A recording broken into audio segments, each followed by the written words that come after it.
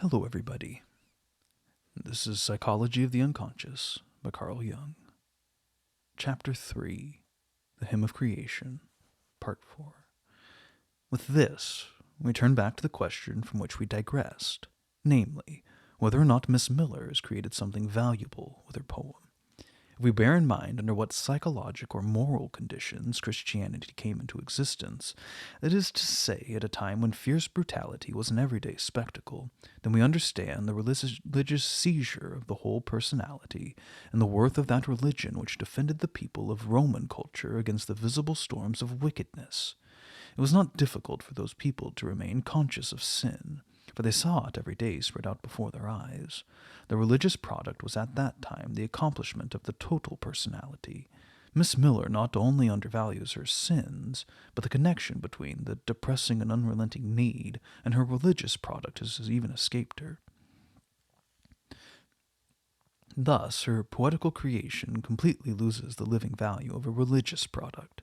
It's not much more than a sentimental transformation of the erotic, which is secretly carried out close to consciousness, and principally possesses the same worth as the manifest content of the dream, with its uncertain and delusive perishableness. Thus the poem is properly only a dream become audible. To the degree that the modern consciousness is eagerly busied with things of a wholly other sort than religion, religion and its object, original sin, have stepped into the background. That is to say, into the unconscious in great part. Therefore, today, man believes neither in the one nor the other.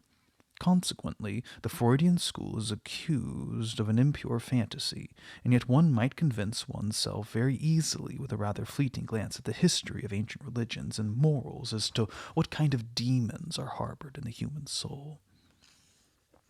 With this disbelief in the crudeness of human nature is bound up the disbelief in the power of religion, the phenomenon well known to every psychoanalyst, of the unconscious transformation of an erotic conflict into religious activity as something ethically wholly worthless and nothing but a hysterical production. Whoever, on the other hand, who is conscious sin just as consciously places religion in his opposition, does something the greatness of which cannot be denied. This can be verified by a backward glance over history. Such a procedure is sound religion. The unconscious recasting of the erotic into something religious lays itself upon the reproach of a sentimental and ethically worthless pose.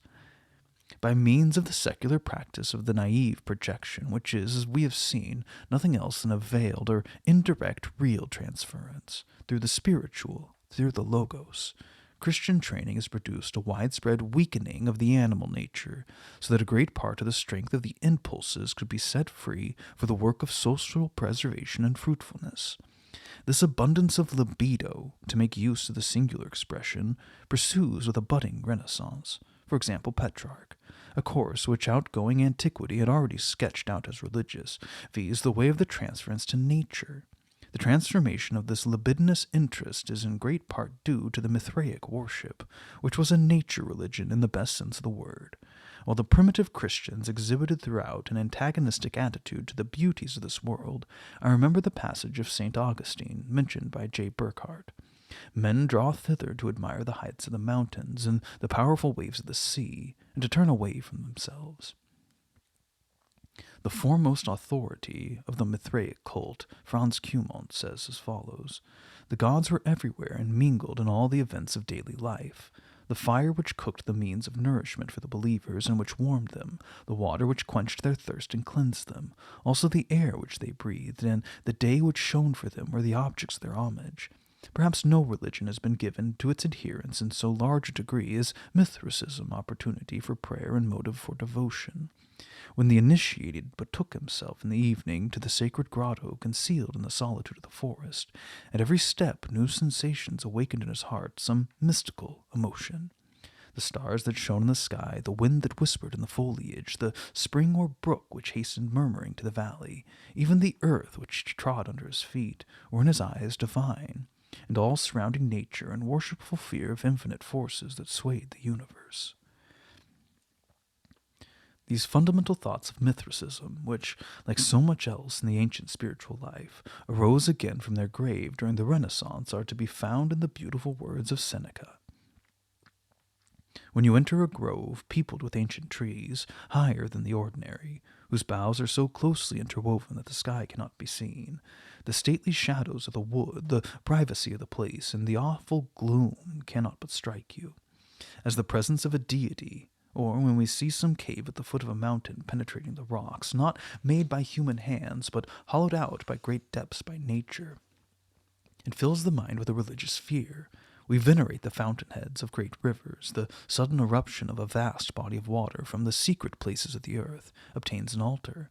We adore likewise the springs of warm baths, and either the opaque quality or immense depths hath made some lakes sacred.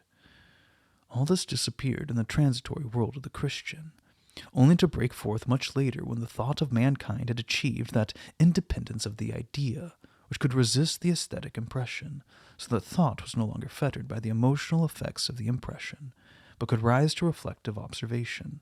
Thus man entered into a new and independent relation to nature, whereby the foundation was laid for natural science and technique. With that, however, there entered in for the first time a displacement of the weight of interest. There arose again real transference which has reached its greatest development in our time. Materialistic interest has everywhere become paramount.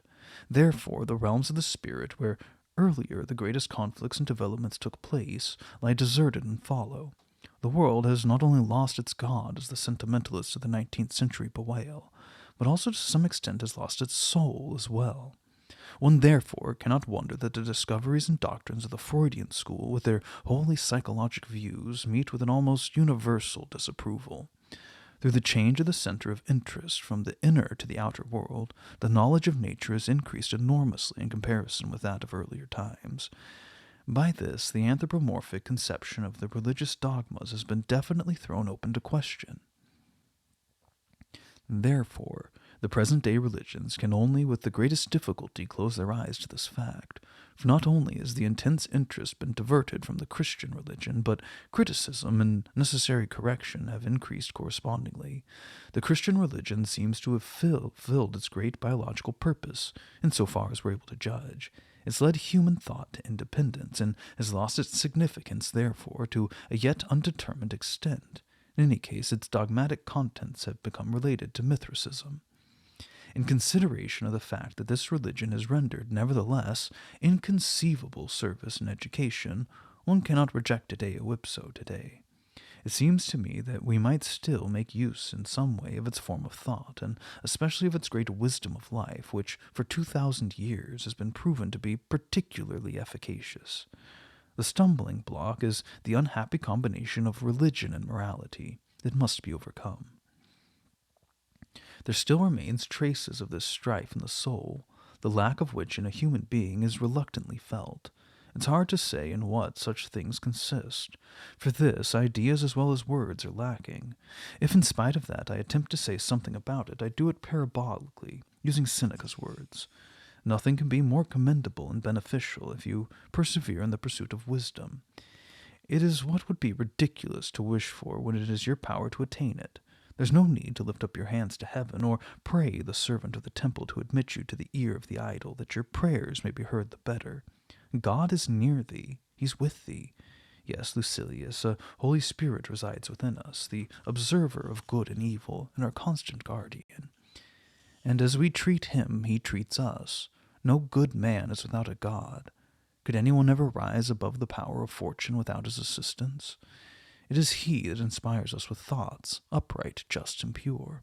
We do not indeed tend to say, what God? But that a God dwells in the breast of every good man is certain.